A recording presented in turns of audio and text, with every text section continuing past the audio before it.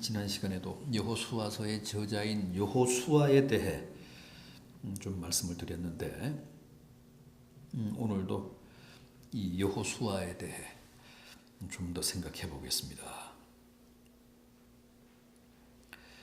이미 말씀을 드렸듯이 여호수아는 얼핏 보면 굉장히 용감하고 강인했던 사람처럼 보입니다.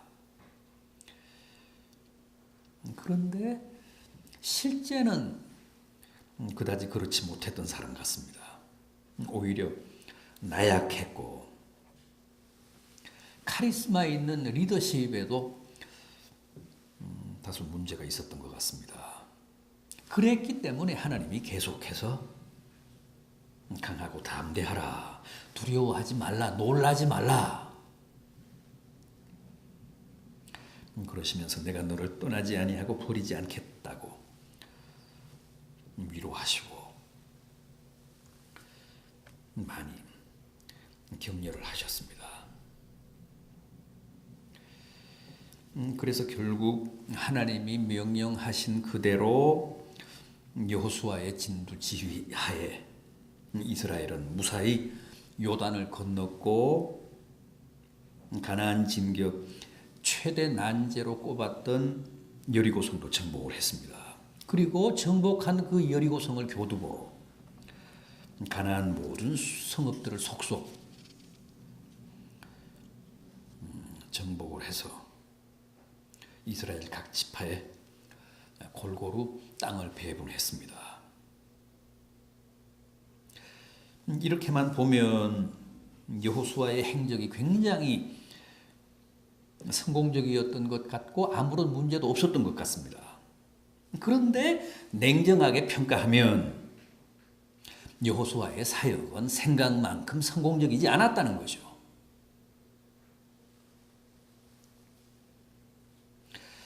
여호수아가 하나님께 받은 과제, 여호수아가 하나님께 받은 명령은 가나안 땅의 원주민들을 완전히 멸절하고 그 땅을 확실하게 정복하는 것이었습니다.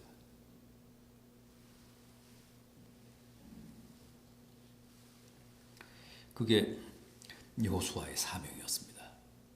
하나님의 분부를 받들어서 가나안 땅을 완전하게 정복하여 이스라엘 각 지파에게 공평하게 배분하는 일. 그게 하나님으로부터 받은 여호수아의 사명이었습니다. 그 일 잘 했습니까?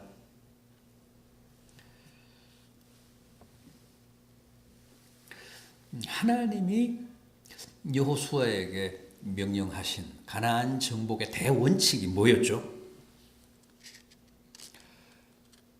여호수아와 이스라엘 백성들에게 명령하신 가나안 정복의 중요한 원칙, 가나안 원주민들을 다 진멸하라는 것이었습니다. 가나안 원주민들에 대한 본격적인 토벌이 이 여호수아 10장 이하에 이제 이어지는데 거기 보면 여호와께서 그 성읍을 이스라엘의 손에 붙이신지라 그들이 칼날로 그 성읍의 모든 사람들을 쳐서 진멸하여 한 사람도 남기지 않았더라는 말씀이 후렴처럼 반복됩니다.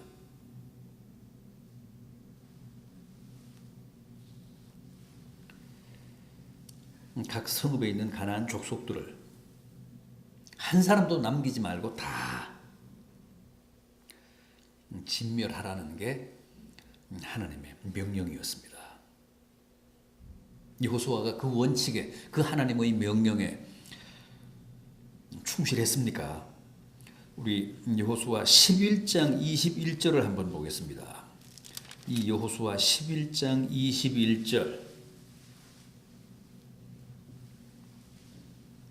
337면 여호수아 11장 21절입니다. 그때에 여호수아가 가서 산지와 헤브론과 드빌과 아납과 유다 온 산지와 이스라엘의 온 산지에서 아낙 사람들을 멸절하고 그가 또 그들의 성읍들을 진멸하여 바쳤으므로 다 진멸하고 다 멸절했다고 합니다. 그리고 이 11장 마지막 절인 23절 마지막 부분을 보십시오. 그 땅에 전쟁이 그쳤더라. 이스라엘 지파의 구분에 따라 기업으로 주매 그 땅에 전쟁이 그쳤더라. 그러니까 하나님의 명령에 순종해서 여호수아가 이스라엘 백성들과 더불어 각 성읍을 정복하고 거기에 있던 가나안 원주민들을 다 멸절한 다음에 이스라엘 각 지파의 기업으로 그 땅을 배분하고 평화를 선언했다는 겁니다. 이제 전쟁 끝이다. 이제 싸움은 끝났다. 하나님의 명령을 받들어서 가나안 땅을 우리가 다 평정했다. 그러면서 평화를 선언했다는 거죠.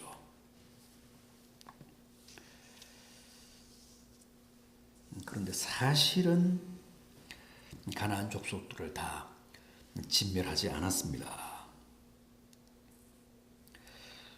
우리가 21절을 보고 그 다음에 마지막 23절을 봤는데 22절 보십시오. 이스라엘 자손의 땅에는 아낙 사람들이 하나도 남지 아니하였고 가사와 가드와 아스도세만 남았더라.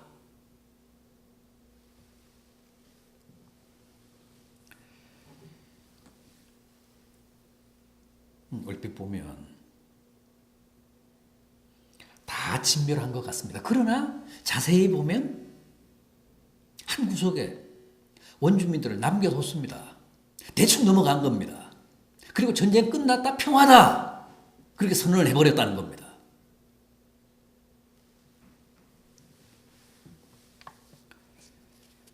여기 보면 분명히 가사, 가드, 아스도세는 원주민들이 남아 있었습니다. 물론 가나안 원주민들을 조금 남겼다고 해서 지금 당장의 문제가 되는 것은 아닙니다. 당장의 전쟁 끝 평화 그렇게 선언하는데 무슨 애로가 있었던 것은 아닙니다. 그런데 결국은 이게 이스라엘의 발목을 잡습니다.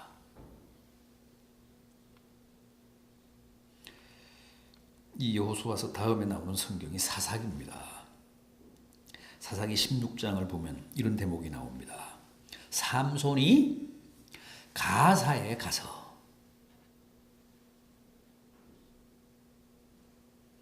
가사는 이 여호수아서 11장 22절에 제일 먼저 나옵니다. 삼손이 가사에 가서 거기서 한 기생을 보고 그에게 들어가니라. 삼손이 가사에서 만난 기생이 누구라고요? 들릴라잖아요. 누구도 감히 대적할 수 없었던 삼손이 기생 들릴라에게 머리를 깎이고 눈을 뽑히고 불행한 최후를 맞습니다. 그런데 그곳이 바로 가사라는 겁니다. 성경의 날카로운 지적이 이겁니다. 성경은 이걸 지적하고 싶은 겁니다.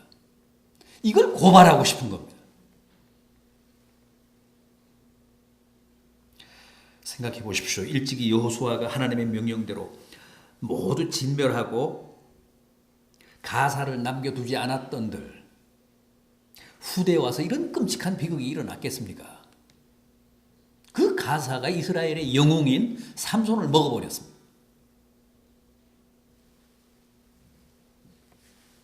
남겨놓을 때는 별거 아니라고 생각했죠. 그런데 결국은 그 가사가 이스라엘의 위대한 영웅인 삼손의 힘을 뺏고 눈을 뽑고 조롱거리로 만들어 가장 비참하게 최후를 맞게 했습니다. 공교롭게도 가사라는 지명의 뜻은 강한 곳입니다. 삼손이라는 이름의 뜻은 뭡니까? 강한 자입니다. 여호수아가 남겨놓은 보잘것없던 가사가 이제는 이스라엘의 가장 강한 자를 거꾸로 때리는 가장 강한 곳이 됐습니다. 이런 비극을 하나님이 미리 내다보셨기 때문에 철저하게 진멸해라. 용서하지 말아라. 살려두지 말아라. 그렇게 당부를 했던 것인데 하나님의 그 말씀을 허투루 듣고 대충 남겨놓고 그냥 넘어갔다가 후대에 이런 화를 당하게 된 겁니다.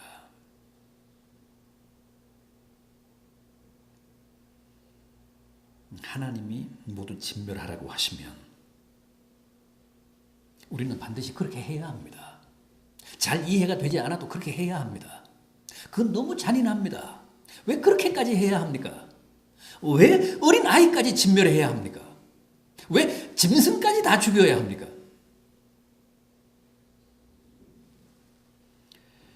그렇게 항의하지 말고 그렇게 이의제기하지 말고 하나님의 말씀은 어떤 경우에도 옳고 정당하기 때문에 무조건 일단 순종하는 겁니다. 복종하는 겁니다.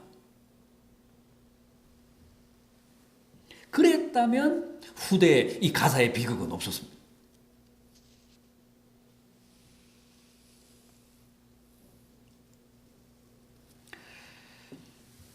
여호수아가 남겨두었던 다음 지명은 가드입니다. 가사와 가드와 그랬잖아요. 사무엘상 17장 4절입니다. 블레셋 사람의 진에서 싸움을 도두는 자가 왔는데 그 이름은 골리앗이요. 어디 사람이라고요? 가드 사람이라.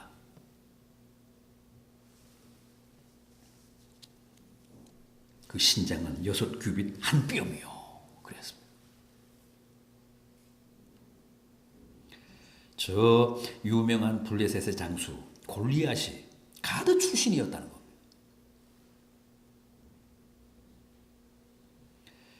여러분 우리가 잘 아는 이 다윗과 골리앗의 싸움도 일개 목동이 하나님의 도우심으로 블레셋의 영웅 골리앗을 쳐서 이겼다. 이게 메시지의 전부가 아닙니다. 일찍이 여호수아가 하나님의 말씀을 철저하게 받들지 않고 대충 원주민들을 남겨놓고 그냥 넘어갔던 그 가드에서 하나님을 비웃고 이스라엘을 조롱했던 골리앗이 나왔다는 것. 그 사실을 기억하라는 거예요.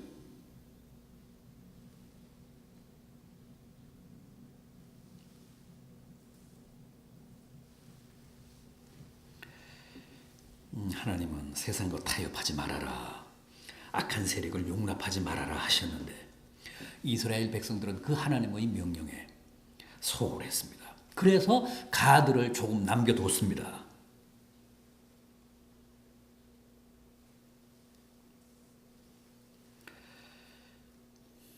그러면 반드시 사단이 생깁니다. 거기에서 골리앗이 나옵니다. 거기서 괴물이 나옵니다.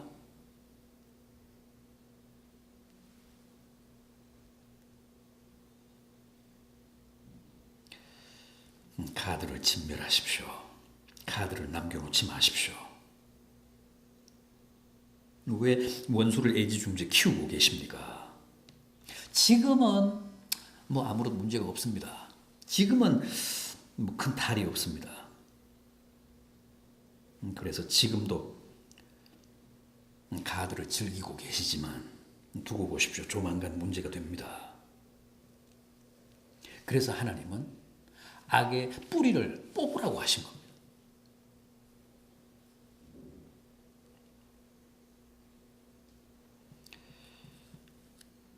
또 하나의 지명이 남았죠. 마지막 아스돗입니다. 여호수아가 용납하고 대충 넘어갔던 성읍 아스돗. 아스돗은 이스라엘의 운명에 후에 어떤 걸림돌이 됐습니까?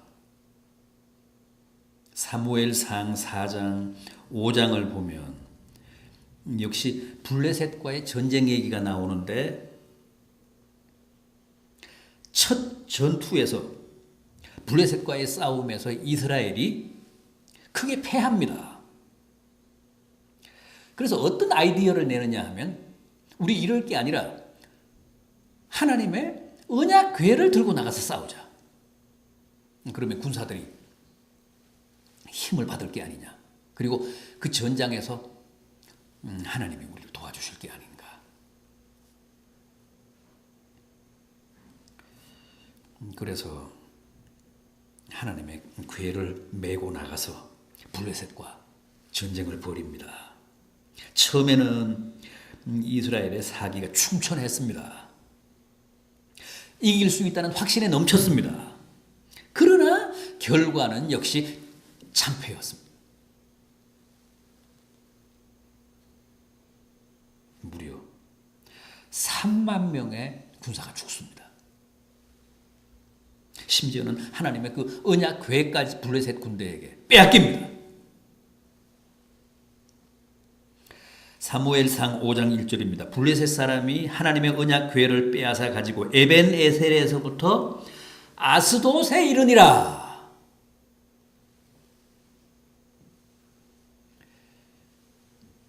블레셋 사람이 하나님의 궤를 가지고 다곤의 땅에 들어가 다곤의 곁에 두었더라. 아스돗이 블레셋 사람의 수호신인 다곤의 성지가 되었습니다.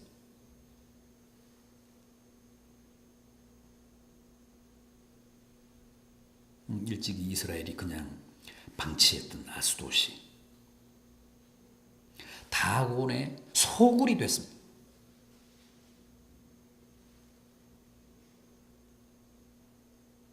블레셋 사람들이 이스라엘에게서 빼앗은 언약궤를 다곤 신전에다가 감금을 했습니다. 세상에 이런 모욕스러운 사건이 또 있을 수 있겠습니까? 언약궤는 하나님의 임재를 상징하기 때문에 성전 안에서도 특별히 구획된 지성소에만 두는 궤 아닙니까? 그런데 지금은 블레셋의 포로가 되어 다곤 신전에 볼모로 잡혀 있습니다. 하나님이.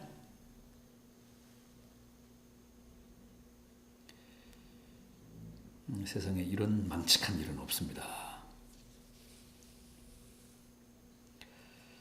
결국 여호수아가 남겨뒀던 아스돗이 이런 불행을, 이런 재앙을 불렀습니다.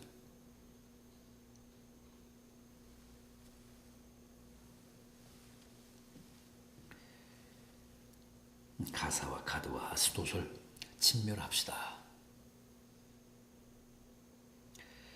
그냥 남겨두면 더 큰 화를 당합니다. 여러분이 지금 방치해두고 계신 가사와 가드와 아스돗은 무엇입니까? 잘 그리고 깊이 생각해 보시기 바랍니다. 그래서 다 청산하십시오. 다 진멸하십시오. 다 척결하십시오. 다 평정하십시오. 그냥 남겨두셨다가는 훗날 화가 미칩니다. 우리의 자녀들, 우리의 후손들이 화를 당합니다. 내가 아직도 척결하지 못하고 방치하고 있는 가사와 가드와 아스돗은 무엇일까를 이 말씀 앞에서 진지하게 그리고 곰곰이 생각하시며 기도하시는 성도들 되시기를 진심으로 기원합니다.